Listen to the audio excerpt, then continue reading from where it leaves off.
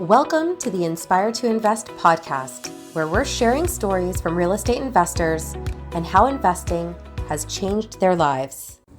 This episode of Inspire to Invest has been brought to you by Coast to Coast Homes and Real Power. Hi, everybody. Welcome to the Inspire to Invest podcast. I have an amazing guest with me today named Mitch Parmasar. And to introduce him formally, Mitch started with somewhat humble beginnings. He came to Canada as a first-generation immigrant with the hope and the dream of a better life, like I'm sure many people that come to this country feel like. He's got 2 children, and he's very proud of them, of course, but they're also very proud of him for building quite the real estate empire. And he also discovered a real estate education company called Keyspire and realized that it was changing people's lives for the better. So he got involved in a coaching capacity, and today he helps people basically realize their dreams of being a full-time investor. And at this point, he has a goal of assisting 1 million people to achieve financial freedom with their investing opportunities, training, and development company through his business, SV Investment. So without further ado, I just wanted to introduce Mitch. And maybe you can tell us a little bit more about yourself and what you were actually doing before you discovered real estate as a career path. Thank you very much, Serena. First of all, thank you very much for having me as a guest on your podcast. Yes. I'm really excited for you. Congratulations. I think this is just amazing. Thank you. We need more and more of this. You're also a guest on my podcast, the Pineapple Right. Podcast. So I love You're one of my having first. Very good.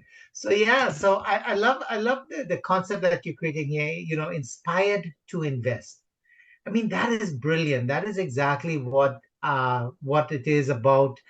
People trying to progress themselves into a lifestyle where they're really happy, happy for what they get up in the morning and what they do and where they are going. Yeah. And real estate investing is one of those vehicles that allows us to have that lifestyle choice. And so you asked what we were doing before. So part of our journey, my wife and I, we both love real estate, but we discovered real estate. We took chances in real estate 20 years ago. Yeah. There was no community, there was no platform. It was literally build your relationships and get going and hope for the best, right? We embraced it. We started off as a renter, just like everybody else in this world. When you come here, Parkdale was the very first place I stayed with some really, really close friends. In fact, they're more like family. Yeah. That if you know the area 20 years ago, that's a rough area in Toronto. But it was also home. It was the place to start. Yeah. But it was just the starting point. And so, we grew ourselves. We got into our first property. In fact, when our first child was being born, we got a pre-construction property. So it timed out well. The baby was born, and then maybe a month after we moved into the house. Nice. And then as second baby was coming, we decided we wanted to get into a bigger house, but it was a pre-construction again. So during that time of waiting, we decided, you know what? We're not selling the first house. We're going to give it a go. Yeah. And we did. We absolutely just went for it. Now we said we'll do the perfect thing. We'll find a real estate agent that knows about this business because, hey, we were just discovering. Yeah. So we did, and we paid them, and then they were like, okay, crickets. Hello, yeah, where's the tenant? Like, you're supposed to get us this tenant. 2 mortgages is very stressful, I can tell you. And finally they got us somebody. They're like, come over. Yeah, we've done everything. Everything is good. It's vetted. It's checked. Signed the agreements. 2 months in, perfect tenants. 3 months, 4 months, and 5 months. It's like, oh my God, what did we get into? The thing is, looking back now, it's like, okay, we certainly learned lessons that we didn't think about. We knew about the tribunal. We knew about arbitration. We knew about talking to the sheriff. We knew that there's lots of times police will show up because neighbors are not happy. It was a disaster. But we embraced it. We said, look, this is what it is, right? Yeah. And so we really went into it, and finally we were able to get the tenants out. Yeah. How we got some people in, gone and cleared out the house because they left everything. Furniture, clothing, mess, whatever. Yeah. Got it all done, thrown out, cleaned the place up. In fact, we were still pretty good because the paralegal said, put everything in the garage just in case, you know. So Yeah. we did. And we told them, look, the garage is open. You're welcome to your stuff. Got the place renovated. Now, over time, we learned, you know, we got better and better. Yeah. Learned about all the forms and the regulations and sticking with it because it really does make a difference. Yeah, absolutely. Um, you know, looking back, we still have that property. Wow.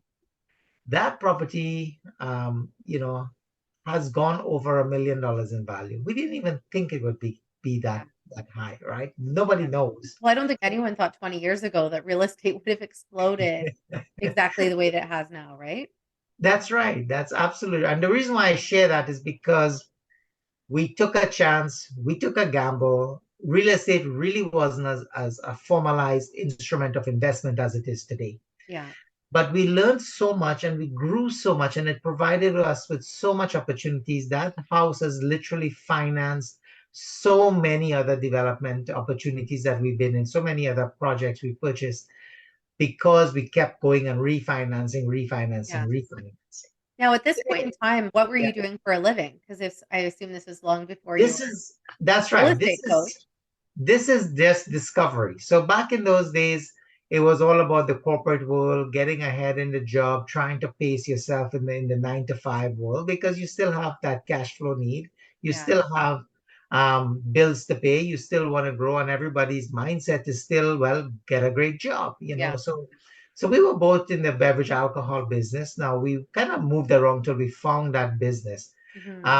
Over the years, grown into the role. So I actually started off in the accounting world Yeah. in some of the biggest companies like Smirnoff, Crown Royal, Guinness, these sort of brands, Yeah. and grew into a sales role, then a marketing role. Then they created a role called commercial planning for me to help plan with the other sales team because the analytics was really important. The Yeah. one blessing you have with the corporate world, and I want to make this clear with people, is you learn an incredible amount of skills. So Yeah. do not discount your pathway in the corporate world. At some point in time, yeah, you're going to get tired, you're going to get fed up, you're going to want to get out. Yeah. But do not discount the things you learn. Those companies spend a lot of money to train and develop you Yeah. simply because they want you performing at your peak. I was able to grow in that industry. Later on, I moved into different agencies and stuff, but I got Yeah. to the point of running, being the director for the wines and spirits division for the Ontario market, which, Yeah. as most people would know, is the biggest market in Canada for beverage alcohol. Hmm. So that gave me a lot of skill sets. But what we were seeing is real estate was doing things for us that we could not do with the 9 to 5. Yeah. Yeah. And then, as you know, I also coach, but I did training and development with Jack Canfield and then with Tony Robbins and Graziosi, Yeah. Brendan Bouchard. These are all people that I've been able to work with over the years in the Yeah. various programs. Yeah. But the reason why I started off in that journey was I also love helping people move along. And I found that as a director or leader in the corporate world, the skill set was very instrumental in helping my people grow and develop and give them the opportunities to shine and to Yeah. succeed, right?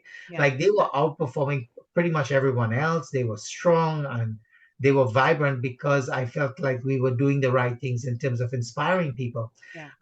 And that stuck with me. And why did it stick with me?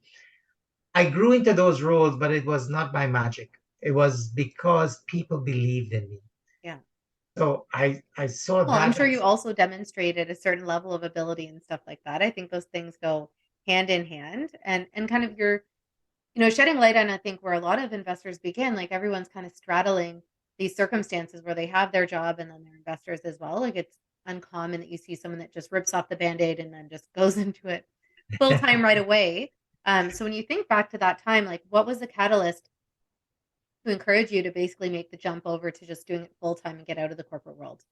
yeah, well, I'll share with you as you mentioned that one very interesting observation. Like the president of the company at the time, the with the Crown Royal brands, he literally brought me into the office. He says, "Look, the skill set is trainable. I can teach you anything, but the desire, the drive, that inside of you that wants to get things done, Yeah. that's not trainable. That we have to find. So he recognized that, and lots of doors were open. But to your point, Yeah. every No pun checkpoint you had intended. to prove yourself. That's right. The deal was you keep succeeding, you keep moving. Yeah. You can't succeed, you're out. Same thing in the real estate world. You got to make those decisions, right? Yeah. It's about the deal. It's about taking heart. It's about pushing yourselves beyond your normal limits and Yeah. pushing yourself beyond your comfort level. Mhm. For me, now I've switched over about 4 years now full time, Mhm. and it's really because, again, we had the opportunity to make a decision between the job transitioning out. Um, Whether we want to do this full time or not. And at this stage in our lives, it was like, okay, we It's talked about it, we preach about it, we teach yeah. people about it, let's Yeah. go do it. And honestly, it's the best decision ever because just the sheer amount of work in dealing with architects and planners and real estate Yeah. agents, it is a full time job. Like you Yeah. cannot scale unless you can dedicate the time. You're Agreed. dealing in multi-million dollar projects. Today we are into multifamily acquisitions and improvements. We're building multifamily. We're Yeah. building waterfront cottage. We're doing a major renovation in Hamilton, converting to 8 units. And there's more projects that we're on. Yeah.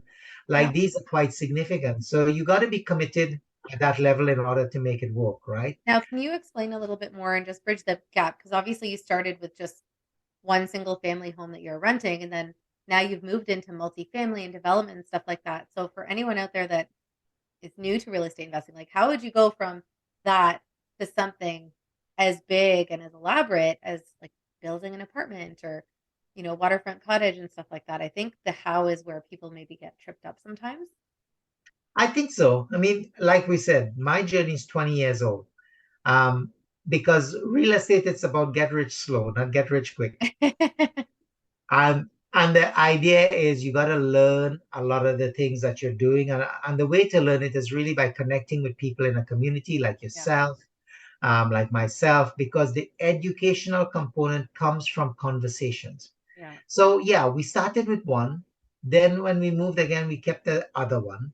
Then we started to look for pre-construction. We were in the lineup, with them like with Matinee Homes out in Oakville and all these other places where back then that was the medium by which you made purchases, right? Yeah. Yeah. You literally went in the yard at 5 a.m., you waited, you got a ticket, and then you tried to buy something. Yeah. And it works out, right? Sometimes it doesn't. But that was the venues. But as we started to progress, and that's why I singled out coming into the Keyspire world as well, is because they suddenly gave you the whole platform for being able to learn about real estate investing. Yeah. Yeah. And while we knew a tremendous amount of knowledge, the whole network was not as efficient as theirs. And we found that, hey, you know what? This really does work. They are giving you everything you need on a silver platter. Because what Yeah. we found was previous to that, most people kept their connections and they kept their know-how as their trade secrets. And they were not willing to always part with it. They would help you do a deal, but they wouldn't show you how to deal, right? Mhm. It's a fisherman saying, if you get a fish, you eat fish for a day, but if you learn how to fish, you fish Yeah. for life, right? Yeah.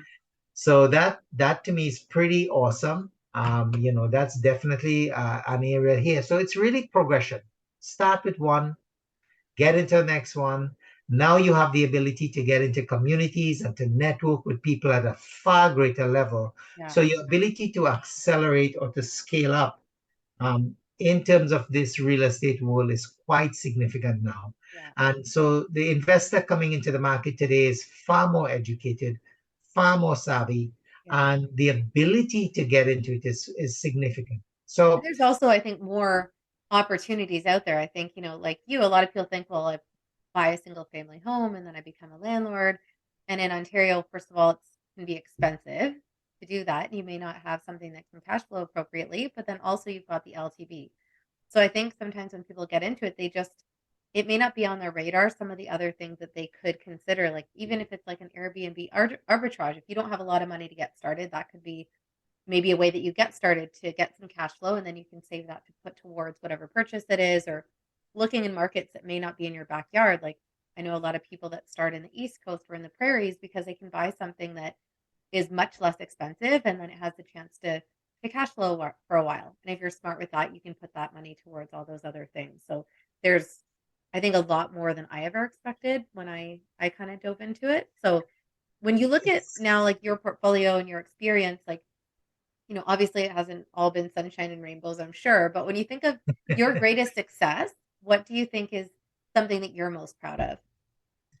I want to frame that into really and truly the first thing you got to think about is your dream, your desire, and what you want. You got to really paint that picture. Yeah, Now, I chose real estate as our vehicle for growing or getting into a space where we could be really happy with what we're doing every day.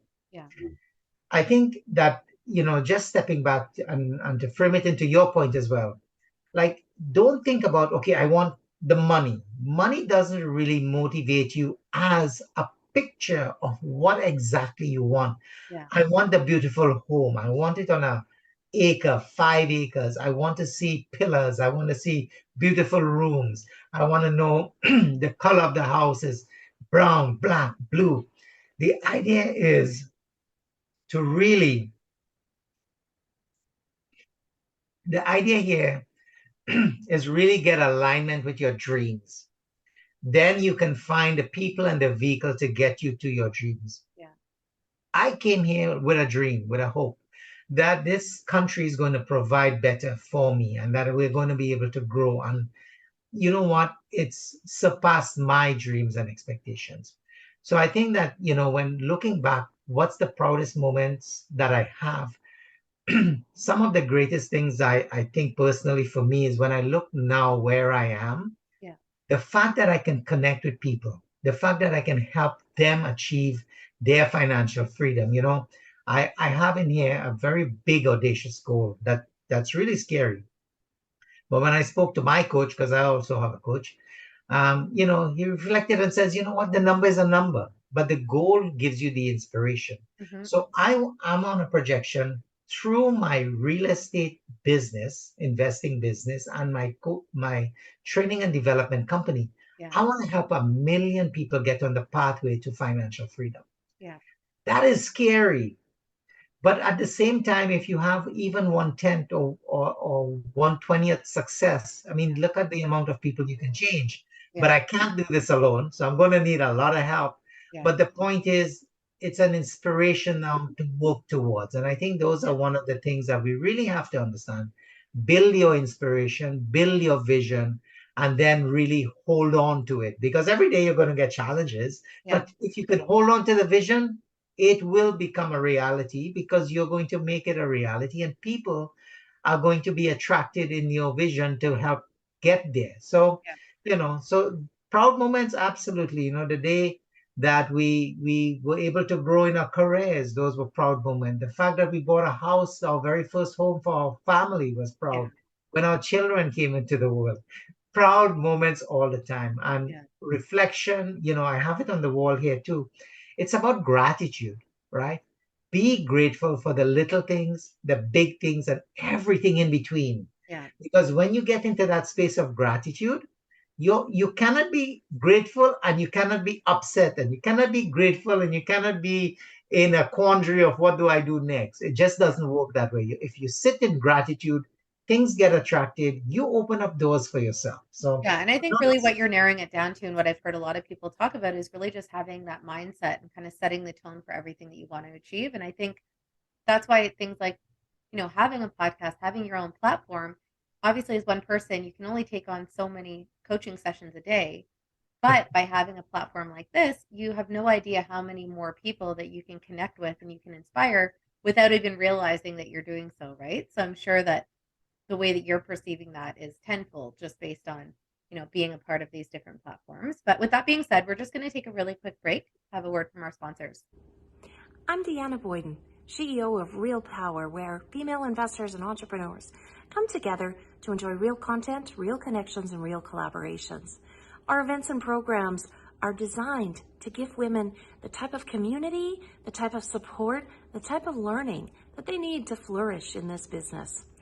We have a 12-month mastermind program starting a fall cohort in October. Also, we have our upcoming Canmore event, October 20th to 22nd in the beautiful Rocky Mountains, featuring a full slate of powerful female speakers, great interactive sessions, and of course our beloved Sequence Social. And if you or someone you know are just looking to get started in real estate investing, be sure to check out the Girlfriend's Guide to Real Estate Investing, kicking off in September of 2023. You can find this and more at real-power.ca. We hope to see you soon. Thanks again for following along with this episode of Inspire to Invest. In addition to real estate, investing, and running my own brand experience agency for 18 years, I also published a book called The Accidental Entrepreneur in October of 2021. This is my story, and it chronicles how I turned tragedy into triumph to embrace my destiny in entrepreneurship. If you're interested in picking up a copy, you can find the link at serenahomesrealtor.com, and you can also find my link tree with all of the retailers in the details below. Thanks again for your support. Welcome to Coast Homes Canada. We are Colin and Nicole, the passionate founders. We started this journey because we know that real estate investing may not be easy, but it doesn't have to be complicated. Our education and our relationships have formed the bedrock of our success. We invest time, energy, and care in both. Our portfolio has grown from basement suites and duplexes to apartment buildings and land development, and we're just getting started. Reach out to us to set up a time to chat. You never know where one call will lead you. Hey everybody, welcome back to Inspire to Invest. I have Mitch Parmasar here, and he's got more than 20 years experience in real estate, with the past 4 years being focused on full-time. Now, we've talked a lot about mindset and your successes and your goals to basically help a million people, take charge of their financial futures and invest in real estate.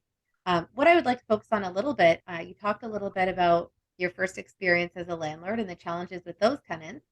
So thinking back now to your career, what do you think are a couple of the biggest lessons that you've had? And knowing what you know now, how do you think you would have handled them differently? One of the biggest thing is understanding who are the people in your team, right? Getting the right people in the right seats is critical. It's a lesson you learn in the corporate world, but it's also a lesson that you need to understand in the real estate world. And it's more so in the real estate world. In the corporate world, you have an HR department. They help you, they vet people, you can change people so that you get the right people in the right seats. Mm-hmm. You need to use the same philosophy when you're building your team. Like, for example, like yourself, you are running a podcast, you write books, you also are a real estate agent. So to me, it's like, if you're doing this much, you're somebody I need to talk with. I want to understand what you're doing, and can you and I forge a relationship together?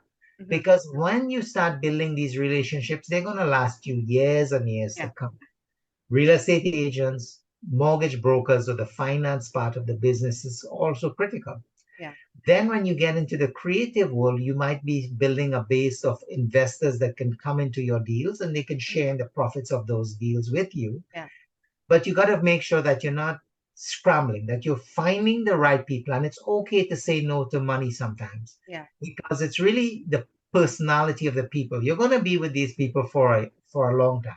Yeah. A minimum project is usually a year, unless it's a quick 5-month flip or something. But most projects tend to run 1-2 years at the most, right? Yeah. And then as they get bigger, they will be with you longer. So you want to have that synergy.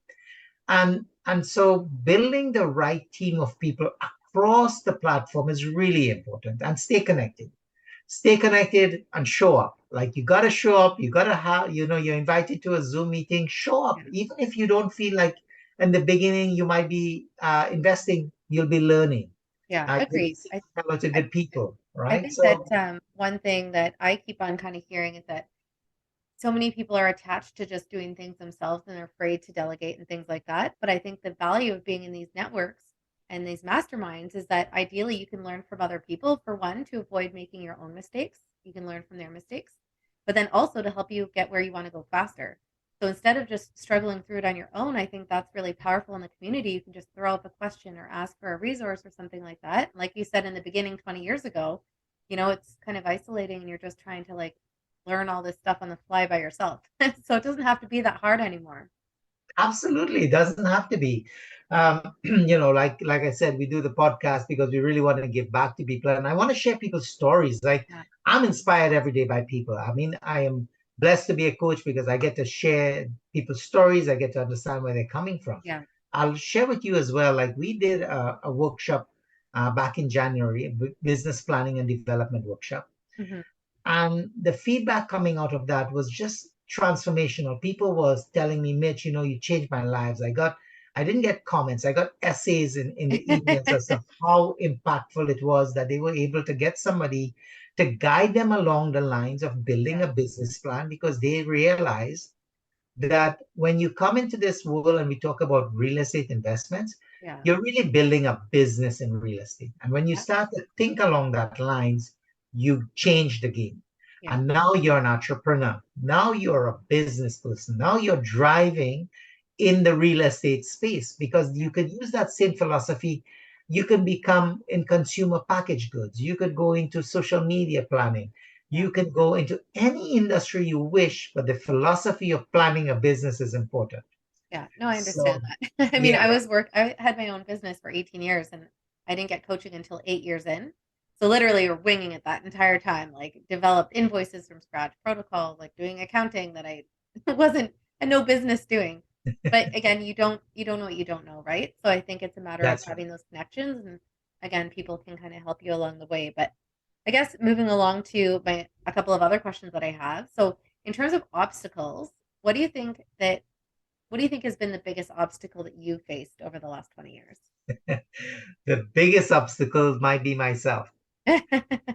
It is funny. I've done things that I am so proud of, and I realize that looking back, it's probably things I never thought I would do. Yeah. But yet I feel like sometimes I hold myself back as well, because I think there's even more to give. There's more to do, more to accomplish. Mm-hmm. But I got to get the mindset that this is doable. Yeah. So, part of my journey, like I say, we're doing amazing things now, but now we want to scale this business to a significant level. Mm-hmm. It might mean getting into a mutual fund trust. It might mean doing more general partner, limited partner structures. Yeah. These are more complicated structures. It means I need to find a whole level of people now that can get me to those points. But at the same time, I need to embrace it. And I do. Like, when I look back, I am always uncomfortable. And I think that's a good thing, because in the corporate world, I was comfortable in the accounting world. That was my background. But then, doors open to make me uncomfortable. Going into a sales role in the industry, you come outside, you get the car, you get the computer, you're feeling great. You walk into a liquor control board store, and they don't give a whatever about who you are. Yeah. It's very humbling. You got to really earn people's respect. Yeah. And doing that can be frustrating at times, because they're doing their day job. They really have no time for you. You got to bring value to them.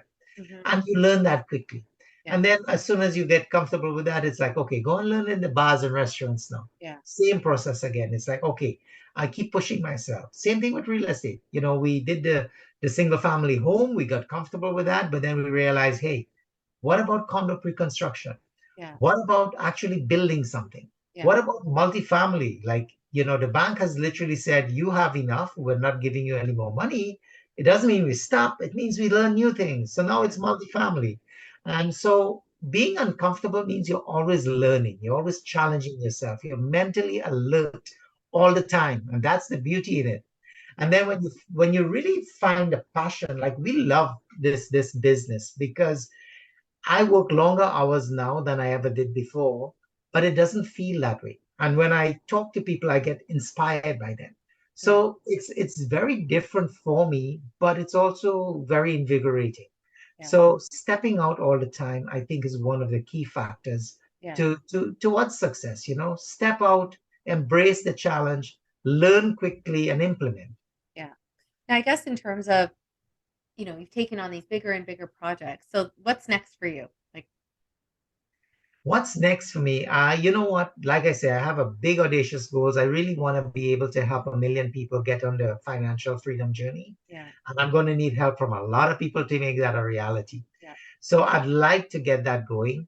In terms of the real estate investments, that's part of our approach towards helping people. So not only are we willing to help learn or train people for what we know, we're also giving them opportunities to actually get going in real estate, whether it's investing as a private investor coming in as a partnership into the deal, or working together and reviewing things like that. I really feel that the synergy is connect all of everything that we have together so that we can grow and scale the business into a more significant multifamily space, do some building and land development sort of structure, really get into the creative side of the real estate now, because really and truly, we want to grow. We love the fact that we can grow.